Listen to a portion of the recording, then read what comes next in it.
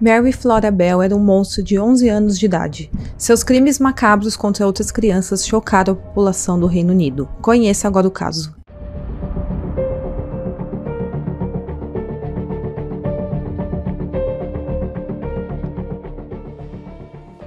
Olá pessoal, sejam bem-vindos de volta ao canal e hoje mais uma vez vamos abrir a caixa de Pandora.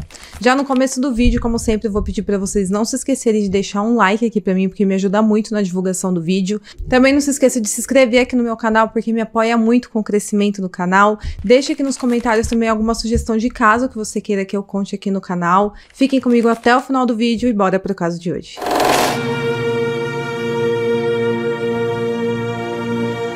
Mary Flora Bell nasceu em Newcastle, na Inglaterra, em 26 de maio de 1957. Ela é filha de Elizabeth Bell, que era uma garota de programa conhecida na cidade e tinha apenas 17 anos quando deu à luz a Mary Bell. A Elizabeth era uma mulher muito ausente com a sua família, ela frequentemente viajava para outras cidades para trabalhar e ela simplesmente deixava seus filhos aos cuidados de familiares e conhecidos. A Mary Bell foi a sua segunda filha. Já a identidade do pai biológico da Mary é desconhecida. Durante a maior parte da sua vida, Mary acreditava que seu pai era um homem chamado William Bell, que era casado com a sua mãe e era um homem alcoólatra, violento, e ele também era criminoso e já tinha sido preso por assalto à mão armada. Porém, na verdade, a Mary Bell era um bebê quando o William se casou com a mãe dela, então não se sabe se ele é de fato o seu pai biológico. A Mary sempre foi uma criança indesejada e negligenciada. De acordo com a tia delas, minutos após o nascimento da Mary, quando a equipe do hospital tentou colocar o bebê nos braços da sua mãe, a mãe dela gritou mandando tirar aquela coisa de perto dela. A Elizabeth era uma mulher muito violenta com a sua filha e por isso quando a Mary era pequena ela frequentemente aparecia com machucados pelo corpo. Quando a Mary Bell tinha por volta de 3 anos de idade, a mãe dela deixou ela cair de uma janela do primeiro andar. Em outra ocasião, a mãe dela encheu a Mary Bell de pílulas para dormir. Então algumas pessoas da família passaram a acreditar que na verdade a Elizabeth estava tentando matar a própria filha. É dito que quando a Mary Bell ainda era um bebê, ela tentou vender a menina para uma mulher mentalmente instável, que não tinha nem permissão para adotar filhos. E por isso a irmã mais velha da Elizabeth, chamada Catherine, teve que viajar sozinha por Newcastle para encontrar a Mary e pegá-la de volta dessa mulher.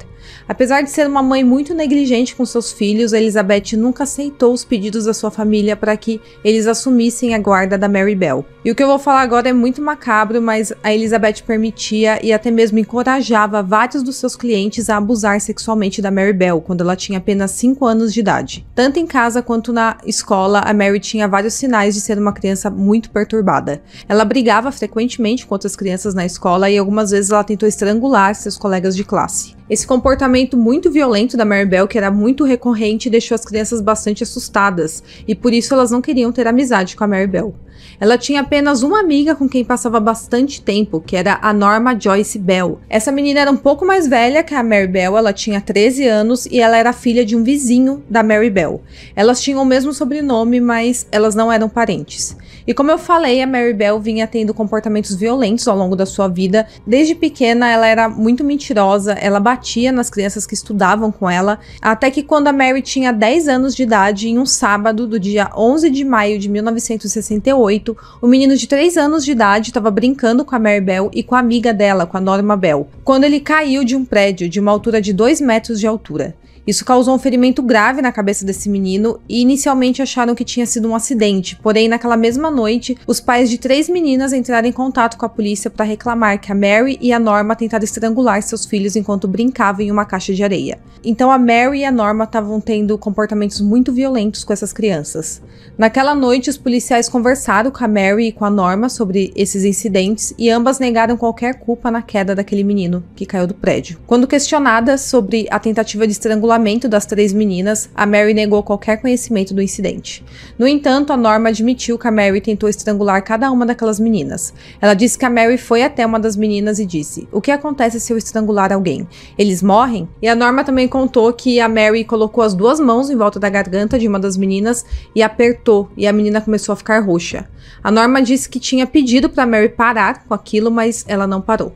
E a Norma contou que ela fez o mesmo com as outras 2 meninas. A polícia notificou a autoridade local sobre os incidentes e sobre o jeito violento da Mary, mas devido à idade dela, que tinha apenas 10 anos de idade nessa época, a polícia apenas conversou com as meninas e nenhuma queixa foi aberta. Alguns dias depois, em 25 de maio de 1968, um dia antes do aniversário de 11 anos da Mary Bell, ela traiu um menino chamado Martin Brown, de 4 anos de idade. Ela traiu ele para um quarto no andar de cima de uma casa abandonada, e lá ela estrangulou ele até a morte. O corpo do Martin Brown foi encontrado por 3 crianças por volta das 3h30 da tarde. Ele estava deitado de costas com os braços esticados acima da cabeça. Ele foi encontrado com manchas de sangue e saliva ao redor da boca. Essas crianças, quando encontraram o corpo do menino ali, chamaram um operário local que estava trabalhando em uma construção por perto, e esse homem era o John Howe, e logo que ele chegou ao local, ele tentou realizar os primeiros socorros no menino, tentou ressuscitar, né, mas não deu certo, porque o Martin Brown já tinha morrido. Enquanto o John Howe tentava reanimar o menino, a Mary Bell e a Norma apareceram na porta do quarto. A Mary tinha ido chamar sua amiga para ver o corpo do menino que ela tinha matado. A polícia foi chamada e no dia seguinte, na autópsia, não foi encontrado nenhum sinal de violência no corpo da criança. E por isso o médico legista não conseguiu determinar a causa da morte da criança. Então a causa da morte foi definida como acidental. Pouco antes do funeral do Martin Brown, a Mary Bell e a Norma foram até a casa da mãe dele e falou que queria ver o menino. A mãe dele então explicou para elas que não tinha como elas verem o menino porque ele tinha morrido num acidente, e a Mary respondeu: "Eu sei que ele está morto, eu quero vê-lo em seu caixão." Essa atitude assustou a mãe do Martin Brown e ela fechou a porta na cara da Mary. No aniversário de 11 anos da Mary, no dia 26 de maio, ela e a Norma invadiram e vandalizaram uma creche. As duas entraram no local e rasgaram livros, viraram mesas e mancharam as paredes com tinta. E também elas deixaram alguns bilhetes antes de ir embora. No dia seguinte, a equipe que trabalhava na creche, quando chegou ao local, viu que a creche tinha sido arrombada e vandalizada, e por isso eles chamaram a polícia. Chegando lá, a polícia encontrou 4 bilhetes. Um desses bilhetes dizia o seguinte: "Eu mato para que eu possa voltar." O outro dizia: "Nós matamos Martin Brown, dane-se, seu bastardo." E o terceiro bilhete dizia: "Dane-se, nós matamos." O quarto bilhete era parecido com os demais, então eu nem acrescentei aqui. A polícia entendeu que aquilo era apenas uma brincadeira de mau gosto de alguma criança, então nada foi feito quanto a isso. Enquanto isso, a Mary Bell ficava contando para os amigos dela que ela tinha matado o Martin Brown. Ela falava que tinha traído o menino até uma casa abandonada e matado ele lá. Mas como ela já era conhecida por ser uma menina muito mentirosa que ficava inventando histórias, ninguém levou isso a sério. Na tarde de 31 de julho de 1968, um menino de 3 anos de idade chamado Brian Howe foi visto pela última vez por seus pais na rua, em frente à sua casa, brincando com um dos seus irmãos. Ele também estava com o cachorro da família e com a Mary Bell e com a Norma. Eles estavam tudo ali brincando na rua. No final do dia, os pais do menino perceberam que o menino não tinha voltado para casa ainda e eles estranharam, porque já estava anoitecendo, já estava tarde e o menino não tinha voltado. Quando eles começaram a procurar pelo menino e não o encontraram em lugar nenhum, eles perceberam que, na verdade, o menino estava desaparecido. Parentes e vizinhos ajudaram nas buscas, vasculharam as ruas do bairro, mas nada foi encontrado. A Mary Bell também ajudou nas buscas e ela apontou diversas vezes para o grupo procurar o menino perto de uns escombros que tinha ali próximo. Até que às 11h10 da noite, o grupo de busca encontrou o corpo do Brian, entre 2 grandes blocos de concreto. O local era perto de uma linha de trem, onde outras crianças costumavam brincar em meio a carros abandonados que tinham ali na região, e era exatamente o local que a Mary Bell havia apontado para que as pessoas procurassem pelo Brian. O primeiro policial a chegar ao local observou que havia sido feita uma tentativa deliberada, mas fraca, de esconder o corpo. O corpo estava coberto com pedaços de grama e ervas daninhas. Os lábios da criança estavam roxos e ele tinha vários hematomas e arranhões pelo seu pescoço. Também foi encontrado perto dos pés dele uma tesoura quebrada. O legista concluiu que o Brian tinha morrido estrangulado e que ele havia morrido 7h30 antes da descoberta do seu corpo. Foi concluído que o assassino tinha apertado o nariz do Brian com uma mão enquanto segurava sua garganta com a outra. O legista também concluiu que antes dele morrer, várias perfurações foram feitas nas pernas dele. Partes do seu cabelo também foram cortados da sua cabeça e seus genitais foram parcialmente mutilados. E além disso, o assassino tinha arranhado a barriga da criança com uma lâmina, escrevendo um M. O legista percebeu que o assassino não tinha usado muita força para matar o menino e através disso ele concluiu que o assassino era uma criança. Então agora era a segunda criança que tinha sido morta ali pelo bairro em um curto espaço de tempo e isso deixou toda a cidade muito aterrorizada.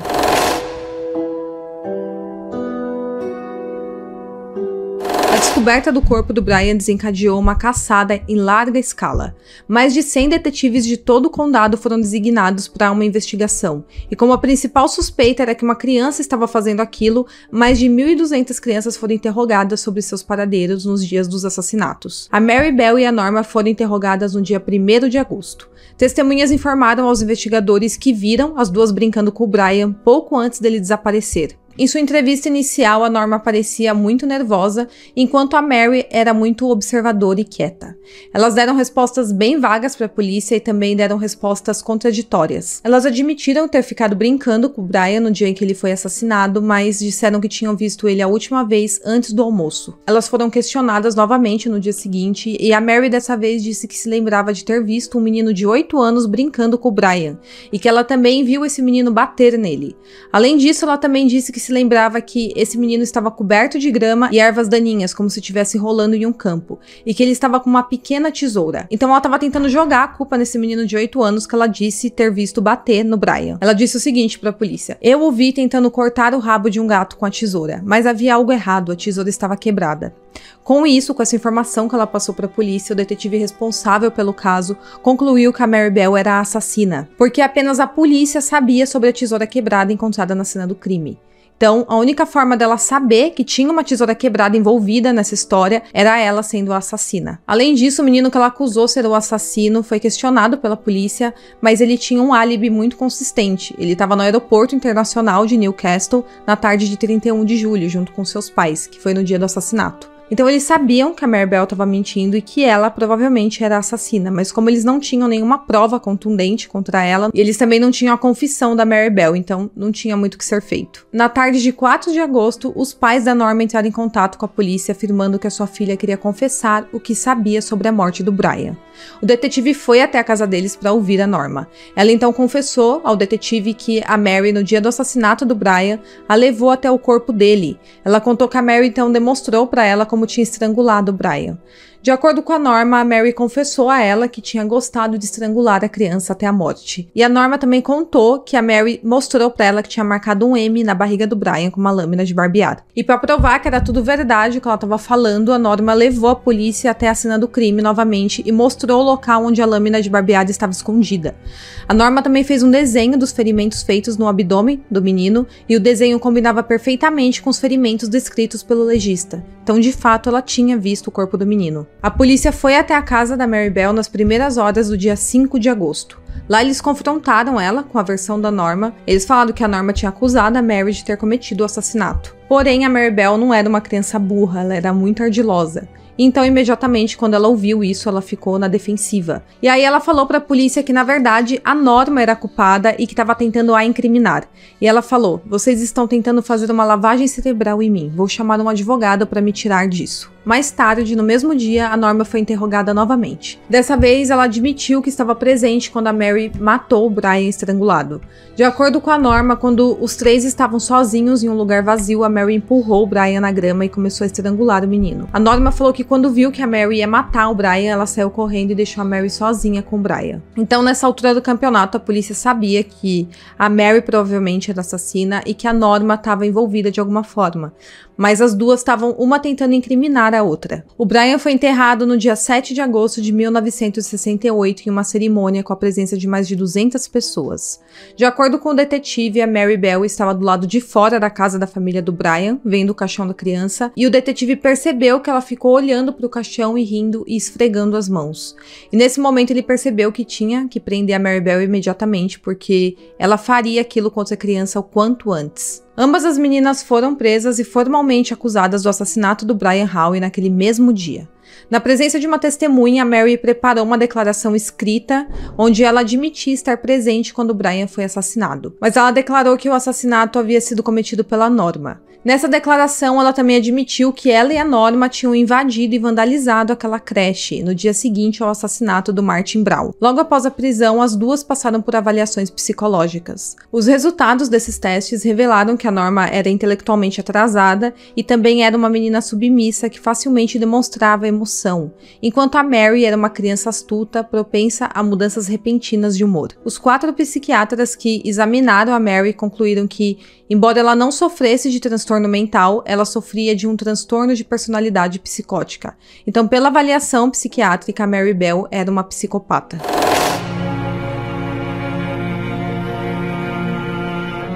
O julgamento ocorreu em 5 de dezembro de 1968, e a promotoria começou dizendo que quem tinha matado o Brian Howe provavelmente também tinha matado o Martin Brown. Ambas as meninas foram julgadas perante o juiz Ralph Cusack, e ambas se declararam inocentes das acusações. O promotor disse que, apesar da Norma ser mais velha que a Mary era a mais dominante das duas. Ele alegou que ambas as meninas agiram em comum acordo e eram igualmente culpadas, e que tinham matado os 2 meninos apenas pelo prazer e a emoção do assassinato. Ambas as meninas sabiam muito bem que o que faziam era errado, e quais seriam os resultados. No 5º dia do julgamento, a Norma testemunhou em sua própria defesa. Ela negou qualquer culpa nos assassinatos, mas admitiu que sabia que a Mary era violenta com as outras crianças, e que as duas já tinham cogitado atacar e matar crianças. Quando ela foi questionada pelo Rudolph Lyons, que era o promotor desse caso, se a Mary havia demonstrado a ela como as crianças podiam ser mortas, a Norma disse que sim. Ela então admitiu que, quando a Mary começou a atacar e estrangular o Brian, ela não alertou um grupo de meninos que brincavam nas proximidades, porque ela disse que não sabia que a Mary ia matar o Brian. Ela também disse que a Mary até chegou a parar um pouco de estrangular o Brian quando outras crianças passaram por perto. E quando questionada sobre seu papel no assassinato, a Norma disse que não chegou nem a tocar no Brian. Então ela falou que ela só viu o que a Mary Bell estava fazendo e não tentou impedir. Após a conclusão do depoimento da Norma, em 12 de dezembro, a Mary testemunhou em sua própria defesa. Seu depoimento durou quase 4 horas e teve um momento que teve que ser adiado, porque a Mary começou a chorar muito nos braços de um policial. Ela negou as acusações da Norma e disse que ela não era culpada pela morte do Marty e nem do Brian. Quando questionada do porquê que ela tinha pedido para a mãe do Marty para ver o corpo dele, ela disse que ela e a Norma pediram à mãe do Marty para ver o corpo do menino porque as duas estavam desafiando quem teria coragem de ver o menino morto. Quando questionada sobre a morte do Brian, a Mary disse que na verdade a Norma que tinha estrangulado ele e que ela tinha ficado apenas de pé olhando e que ela tinha ficado tão em choque que ela nem conseguiu se mover. A Mary contou que a Norma tinha atraído o Brian até o local onde ele foi morto, falando que se ele fosse até lá com elas e se deitasse no chão, ele ganharia doces.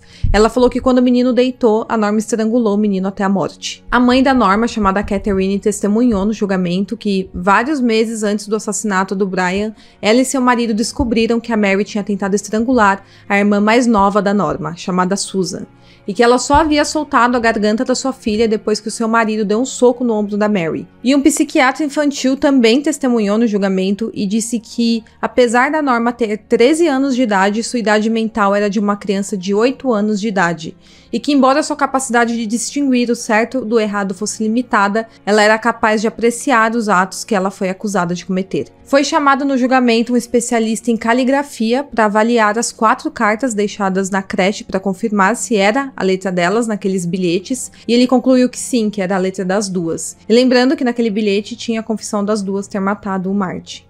Um exame forense feito nas roupas das duas meninas revelou que as fibras encontradas no corpo do Brian eram do vestido de lã da Mary, e as fibras marrom encontradas nos sapatos do Brian combinavam perfeitamente com uma saia da Norma. Além disso, as mesmas fibras foram encontradas também no corpo do Martin Brown. No dia 13 de dezembro, o advogado de defesa da Norma apresentou seu argumento final ao júri. Ele enfatizou que, embora as duas garotas estivessem juntas no julgamento, não existia nenhuma evidência real contra a Norma, e a única evidência contra ela eram as acusações da Mary. O advogado de defesa da Mary também apresentou seu argumento final. Ele falou sobre a infância difícil que a Mary teve, com abusos físicos e psicológicos, e ele também falou que ela não sabia diferenciar fantasia e realidade em sua mente. Em seu argumento final, o promotor Rudolph Lyons descreveu o caso como macabro e grotesco, no qual a Mary, claramente a mais dominadora das duas, apesar de ser a mais nova, exerceu uma influência sobre a Norma. Ele afirmou: "Eu previ que a garota mais nova, embora 2 anos e 2 meses mais nova que a outra, era a personalidade mais inteligente e dominante." Ele também ressaltou o fato da Mary ter contado inúmeras mentiras para a polícia e também no tribunal para tentar se safar do crime. Ele também falou que a Mary não demonstrava qualquer remorso pelos seus assassinatos e que ela tinha um alto grau de astúcia. O julgamento durou 9 dias. No dia 17 de dezembro, o júri decidiu que a Mary Bell fosse condenada por homicídio culposo de ambos os meninos, do Martin e do Brian. Já a Norma Bell foi absolvida de todas as acusações por ser considerada cúmplice involuntária, que tinha sido influenciada pela Mary. Ao ouvir os vereditos do júri, a Norma bateu palmas e ficou muito feliz por ter sido absolvida, enquanto a Mary chorou bastante. A mãe e a avó da Mary também acompanharam todo o julgamento e elas choraram bastante com a decisão. O juiz descreveu a Mary Bell como uma pessoa perigosa, acrescentando que ela representava um risco muito grave para as outras crianças e que medidas deveriam ser tomadas para proteger outras pessoas dela. Ela foi condenada a ser presa por vontade da Sua Majestade, que é um termo das leis britânicas que seria prisão por tempo indeterminado. Ela foi inicialmente detida em uma casa de prisão preventiva de Durham, e depois ela foi transferida para uma segunda casa de prisão preventiva em South Norwood. Ela foi então transferida para a unidade segura de Red Bank, uma instituição para jovens infratores, no início de 1969, onde ela era a única mulher entre aproximadamente 24 detentos. A Mary mais tarde alegou que ela foi abusada sexualmente por um funcionário do presídio e também por vários presos enquanto ela estava presa naquele local. Ela falou que os abusos começaram quando ela tinha apenas 13 anos de idade. Em novembro de 1973, aos 16 anos, ela foi transferida para uma ala segura de uma outra prisão. A Mary Bell entrou com um pedido de liberdade condicional nessa época, mas foi negado. Em junho de 1976, a Mary Bell foi transferida para a prisão aberta de Moor Court, onde ela fez um curso de secretariado. 15 meses depois, em setembro de 1977, a Mary apareceu novamente em manchetes nacionais quando ela e outra presa, chamada Annette Priest, fugiram dessa prisão. Ela foi capturada 3 dias depois e a pena pela fuga foi a perda de privilégios que ela tinha na prisão por 28 dias. Em junho de 1979, o Ministério do Interior anunciou sua decisão de transferir a Mary Bell para uma prisão aberta, para preparar ela para sua volta ao convívio em sociedade, que estava sendo planejado para o ano seguinte. A partir de novembro de 1979, a Mary começou a sair da prisão para trabalhar primeiro como secretária e depois como garçonete em um café em York Minster. E durante esses trabalhos, ela era supervisionada constantemente. Ela foi finalmente solta em maio de 1980, aos 23 anos, tendo cumprido quase 11 anos e meio de prisão. Ela recebeu o direito ao anonimato, permitindo que ela começasse uma nova vida em outro lugar do país, sob uma nova identidade. 4 anos após a sua libertação, em 25 de maio de 1984, a Mary Bell deu à luz a uma filha. É dito que a sua filha não sabia de nada do seu passado até os 14 anos de idade, quando os repórteres descobriram onde a Mary Bell estava morando, que era uma cidade turística que ficava na costa de Sussex. E esses repórteres cercaram a casa para tentar tirar fotos dela. Só que a Mary Bell ela tinha sido vista pela última vez pelas manchetes quando ela tinha apenas 11 anos de idade, então agora ninguém sabia como ela era de fato depois que ela tinha ficado adulta. E se a foto dela viesse à tona nos jornais, a identidade falsa que ela estava vivendo seria descoberta. Nessa ocasião, ela e sua filha tiveram que se cobrir com lençóis para sair da casa e elas foram levadas por policiais para uma casa segura. Em 1998, a Mary Bell colaborou com a atora Gita Sereni para que um livro fosse escrito contendo relatos da sua vida antes e depois dos seus crimes.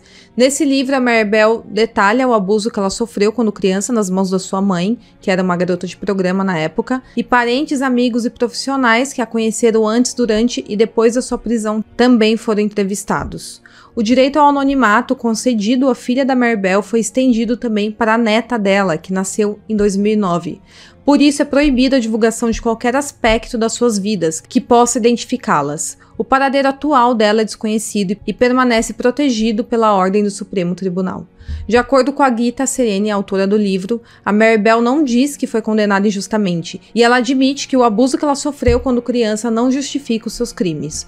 Hoje a Mary Bell tem 65 anos de idade, ela tá viva e vive sob total anonimato. Bom, pessoal, então esse é o vídeo de hoje, espero muito que vocês tenham gostado do caso. Não se esqueça de curtir, de se inscrever no meu canal e até o próximo vídeo.